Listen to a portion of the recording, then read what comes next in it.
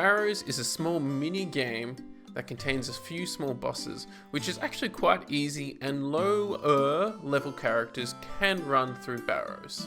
I do suggest you come in with slightly higher magic level, because magic is probably the most important stat for you when you run through this. The other thing to be aware of is to have at least 43 prayer so that you can use overhead prayers, like protect magic, melee, and missiles. Now, a few things to mention before we look at the gear that will be relevant to why we picked the gear is that there is a prayer drain effect that happens about every 15 seconds within the minigame. If you're in the boss rooms or in the dungeons later on, a chunk of your prayer will go away every 15 seconds. So that's why we might want to prioritize prayer gear just to minimize those effects, especially if you don't have a thing called the Gommel's Hilt. Now, Gommel's Hilt 2, once you get to the second one, it'll stop the prayer drain effect. If you don't have that, you should probably prioritize some gear that has prayer. The other thing to look at is that the Barrows brothers actually have quite low magic defense, especially after the changes that came with combat. So now they are quite weak to air spells, which means that you can hit them quite effectively nowadays. Because of this, we can wear melee armor like rune armor because their magic level is low, which means we will hit them still quite frequently. So for this, you're obviously going to need gear, and you're obviously going to have things in your inventory. Now let's get started at looking at the low level gear that I have here. So as you can see, we're actually wearing full rune plate. The choice of spell is going to be Wind Bolt. Because I'm wearing the Chaos Gauntlets, then I'm going to increase that damage. There's also the Artie Cloak, an Amulet of Glory, and the Rider's Blessing. Now, if you don't have a blessing, you can get them for pretty cheap, around 10k. Glories are pretty cheap. Artie Cloak is something you should definitely be getting anyway. The other thing is I have one of the God books. There is a quest to go and do it. If you can't get a God book, any shield will do fine. The last thing is the ring. Now, I don't have a fully set up player-owned house. Now, the easiest thing to do to regen prayer and health is to teleport to the Ferox Enclave. I'll show you later on the run how you can go and do that. Let's have a look at the inventory. For the lower level inventory, I've just got a range switch in there. I don't think melee is super necessary anymore, seeing as Carol, the one that used to be melee'd, it's quite easy to hit now. I've got a fair few prayer potions because of that prayer draining effect, and a few extra pieces of food, just so you can kind of curb that early game damage that you're probably going to get. Don't forget you're going to need your runes and teleports to Barrow. Now let's go and have a look at the med level gear. I haven't actually chosen another air spell or air blast or something like that. I crunched the numbers and I found that Ivan's Blast is kind of that next stepping stone. In terms of the gear, the biggest changes are now we have Proselyte set on. It shouldn't be too hard to get. It's pretty inexpensive. It gives a ton of prayer bonuses. There's also Barrows gloves. You could probably just wear the best RFD gloves you can get. So Addy and Rune are pretty good anyway. The other thing is I've got some dragon boots. That's just good to give you a little bit more defense. Let's have a look at the inventory. I've just thrown the scimitar in there with the dragon defender just to make it a little bit easier to combat in the dungeons. Again, I wouldn't really recommend attacking Carol with it, but you can if you'd want to, because we're not using an air spell in this case. We do have that switch, and this time we do have the Ava's Accumulator. If you do have it, wear it in the low level set as well. The last thing I put in is a wrench there. If you have it by then, it's worth probably giving it a go. It just gives you an extra prayer point when you drink a prayer potion. Also, don't forget those runes in the bottom right, and just some food just to keep you safe. Lastly, let's look at the high level setup. You could have better gear from here and use better spells, but for a slightly higher level, I'm going to be using Wind Wave. Now, for the gear, we have Helma's Nader's Knot for a helmet, with an Oculate necklace, an imbued God cape, with Aram's staff, robes, and skirt. We've also got the Boots of Eternal. They're not super necessary, but with all this gear, it adds up to 15% magic damage, which just gives it a good tick over and gives you a little bit more damage. When it comes to getting the right amount of magic damage, you might want to be putting it in a calculator, but I found this works to give Wind Wave a little bit more extra damage. As you can see here, I've put Gommel's Hilt in here finally. Getting the second Gommel's Hilt takes a fair bit of work to get there, so you're probably not going to be having it until you're a higher level. I have put the Explorer's Ring in the ring slot just to give a little bit of prayer bonus because this set doesn't have much, but you won't be losing too much prayer anyway. You probably only need 1 sip per run. Then in terms of the inventory, I've swapped in the whip from the dragon scimitar. Again, I'm only really using this when I run into the dungeon later on.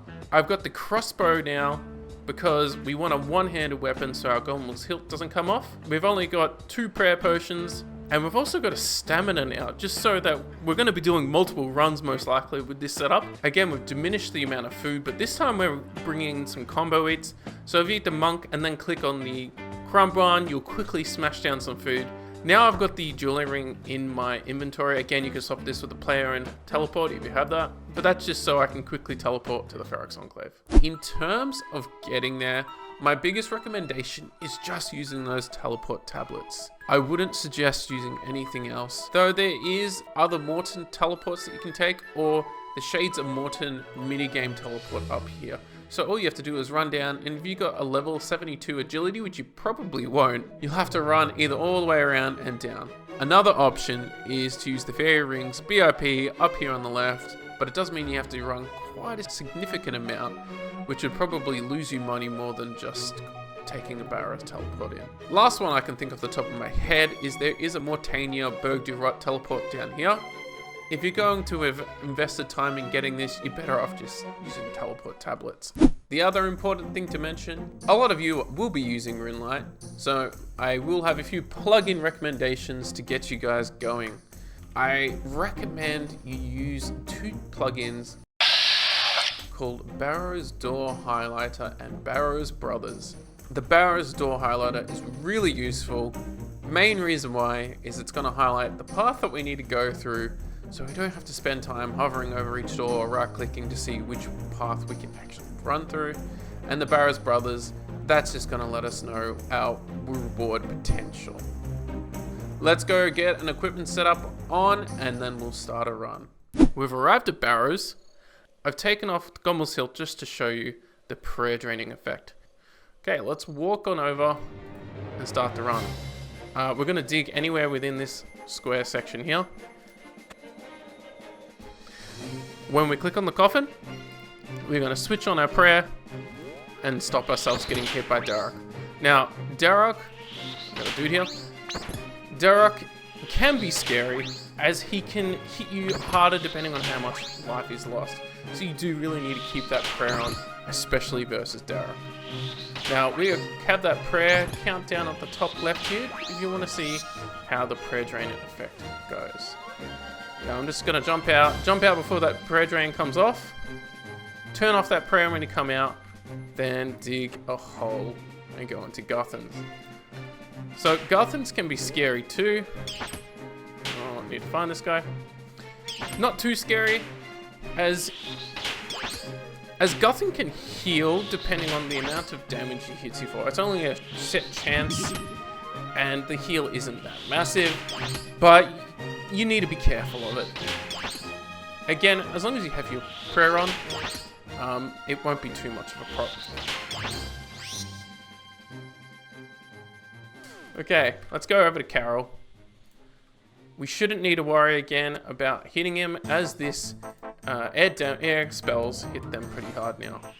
Now, Carol is a ranger, so you will need to protect from missiles, the ranged one. Just be conscious of your prayer. You will get drained quite effectively throughout these runs. You could be meleeing him, but I found the air spells actually hit them quite decently now, so you shouldn't have too much of trouble. The only one that has a little bit of a problem will be Arams himself, who has pretty decent magic defense.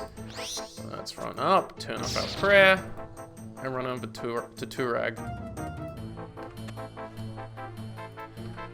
Turag isn't too hard. He does have an effect that will drain your run energy, but again, if you have your prayer on, it shouldn't hit you.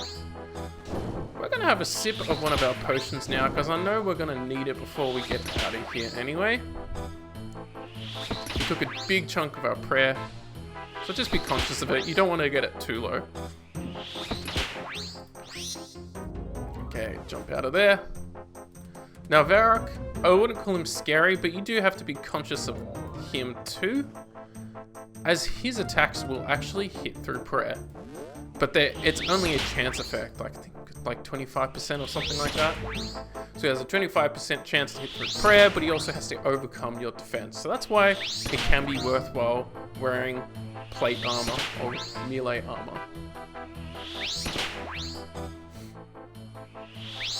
See, just hit us just then, but again, wasn't too bad. Now, as we roll over to Aram, we're actually going to switch to our range gear, dig in, and oh, I realized that he's our last one. So once we get to our last one, we get to run in and say, yeah, I'm fearless. We're going to dive into the next one. Now, if Aram wasn't your last one, if you had, let's say, Guthans or Turag as your dungeon, you'll actually just skip past them. So just run straight out, go back upstairs, kill all the other bosses, then run down. But luckily I've had Aram's last, so it worked out pretty well for me. Now, one thing to be aware of whilst you're in the dungeon, you're going to have a reward potential. You can see here, we have a plugin telling us that we have a reward potential. For me, what I do to meet the 86%, which is a really good target to meet, I kill 2 skeletons and 1 bloodworm. I'll show up a little sheet what you can do to reach that potential. The reason why you want to reach 86% is because if you go over that number, you have a chance to get bolt racks, and bolt racks aren't really that cost effective in terms of doing our runs, and they kind of eat into your profits, so it's not something worth going for. The other thing to be aware of as we're walking around here, as you can see, these doors are all highlighted. The green path is the way we want to go to our destination. Each time you open a door, there is a chance that you'll spawn the boss. So just be like that right now. So we're going to swap to our range gear and quickly drink a potion. It's all pretty quick. Don't stress too much if you miss it. But just be prepared to eat if you do miss something like that. Now let's come nice and early. It's not too bad. Just be patient and you'll be able to do it all. Your prayer might run out, just drink a potion. Don't stress, because when you start stressing, it makes it harder for yourself. Let's go and complete it now. Now, as we run up to our final door, we will get a little puzzle. Runelight will tell you what to do, so don't stress about that. And as you can see, we've got that perfect 86 potential. Now, usually what happens is you'd click on the chest and then the boss will spawn. But since I've already killed him, we can quickly just click on it and collect our gear. And we got a drop. That's pretty lucky. We're just gonna run around this way just so the skeleton stops killing us.